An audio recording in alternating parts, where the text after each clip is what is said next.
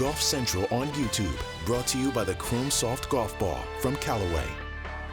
Hello, I'm Anna Jackson and this is your Golf Central update.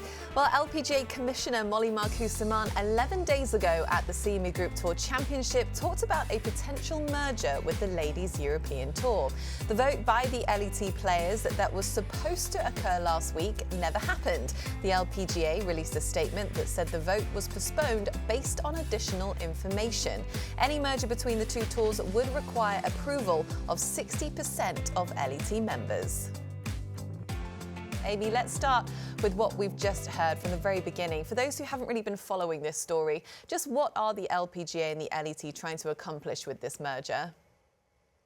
Well, the LPGA and the Ladies European Tour entered into a joint venture back in 2019 in an effort to grow the women's game around the world. And the LET has really benefited from this partnership.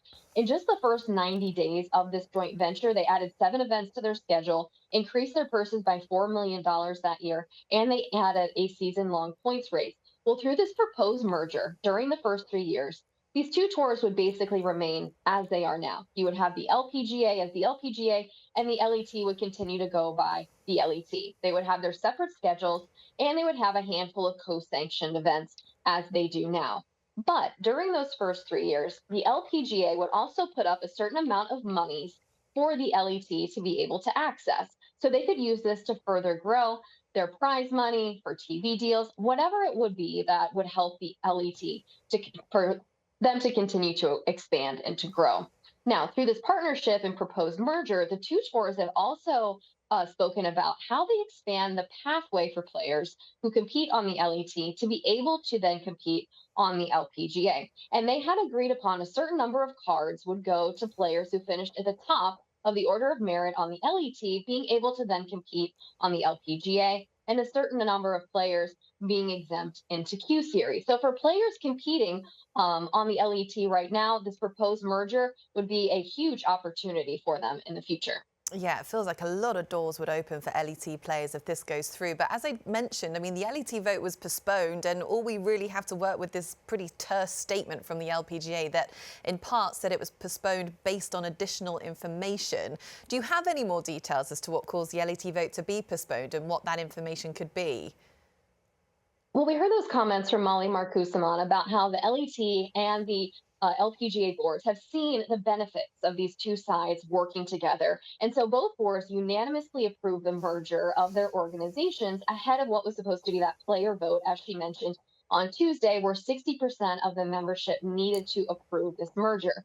Well, when Marcoux-Samaan met with the media during the CME Group Tour Championship, it seemed as though this was going to be a done deal and that this merger was very much going to go through. Well, come Tuesday, instead of the vote taking place, we received a statement from the LPGA and the LET saying that the vote had been postponed because the LET board had received additional information and needed time to review that.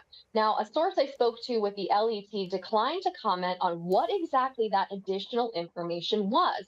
They also declined to say whether a vote had been rescheduled. I also reached out to the LPGA, and they did not respond to my request for comment. But earlier today, I did have a chance to connect with a multiple major champion on the LPGA Tour who told me that she, as a player, received the exact same statement, that terse statement you referred to, that we in the media received and that was posted on social media. And the player wasn't too happy about this, as she expected to receive a little bit more information about what was going on behind the scenes. Now, this player speculated to me that perhaps the LPGA had changed some of the terms of this proposal just before the meeting, and that's what led to this potential delay. But the same player also acknowledged in speaking with me that usually the LPGA will inform players of this sort of information if something changes, and that didn't happen in this case. So it begs the question whether we're seeing a similar situation to what we saw earlier this summer with the PGA Tour and the PIF agreement, where players were largely left in the dark, or if this additional information actually came from an outside entity. Yeah, interesting. We'd be fascinated to know what that additional information is. I'm sure it'll come out at some point, Amy. But just finally, in your opinion, what do you think the sort of next steps are in this process? I think depending on what that mysterious additional information is will dictate what the next steps are going forward. If this is outside information that was not provided by the LPGA, then certainly the LPGA board is going to want to know what this information as well. These two boards voted to approve this merger and to move forward based on whatever this other information was not existing at the time. So they may need to revisit that vote first. And then we're talking about rescheduling potentially the player vote as well if they do decide they want to go through with this merger. Now, the LET just wrapped up their season this past week in Spain. They typically don't get going again until February, but they haven't even released their schedule yet for the upcoming year. So it could be some time before they would even be able to reschedule that vote. Yeah, okay. Well, we'll wait to see what happens between the two biggest tours in women's golf. Amy, stay right where you are because I want to look back on the season that has just wrapped up because the LPGA, of course, finished up just last week at the CME Group Tour Championship. A bit of an unexpected winner, but one with a great story. Amy Yang, 27 under to win by 3.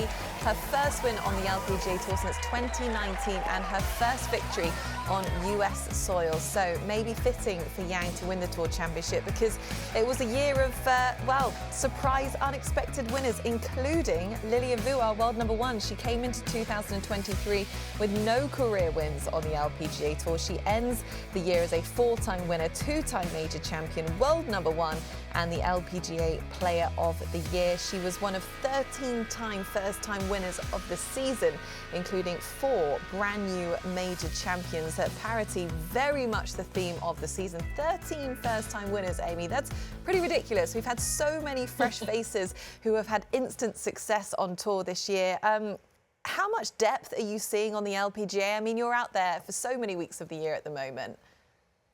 It's really remarkable. I mean, we thought last year the record 12 first-time winners was not likely to be matched anytime soon, and here we go and break the record the following season. More than 20 different winners overall this season. And then I spoke with a player agent a few months back. It was about mid-season, and this is an agent for one of the top-ranked players in the world, a former world number 1, who said to me, they just can't get by like they used to. They have to go out there and give it their all week in and week out, where maybe some of these top players could get by with some of just their natural talent and ability. They have to just be ready to go day one when that season starts. There's no more easing into the year. And if you take a look at the range, that kind of says it all. Typically on the LPGA, these Mondays were sort of dedicated to traveling, resting and recouping, maybe doing a little sightseeing for new tour stops they weren't familiar with. If you look at the range now on a Monday, it's packed because these players are taking it so seriously. They're so much more committed and dedicated now. And when you see, the sort of purses that we're seeing increase as well, I mean, these players want to give it their best week in and week out. And I think that's what's leading to a lot of this depth that we're seeing on the LPGA and some of these new and unfamiliar faces. Now, that said, it's led to some pretty incredible stories this season, some big personalities like Angel Yin and Megan Kang, who have spent years grinding out on the LPGA Tour, finally getting that breakthrough and getting those first wins. And of course, Rose Zhang getting her first win as well.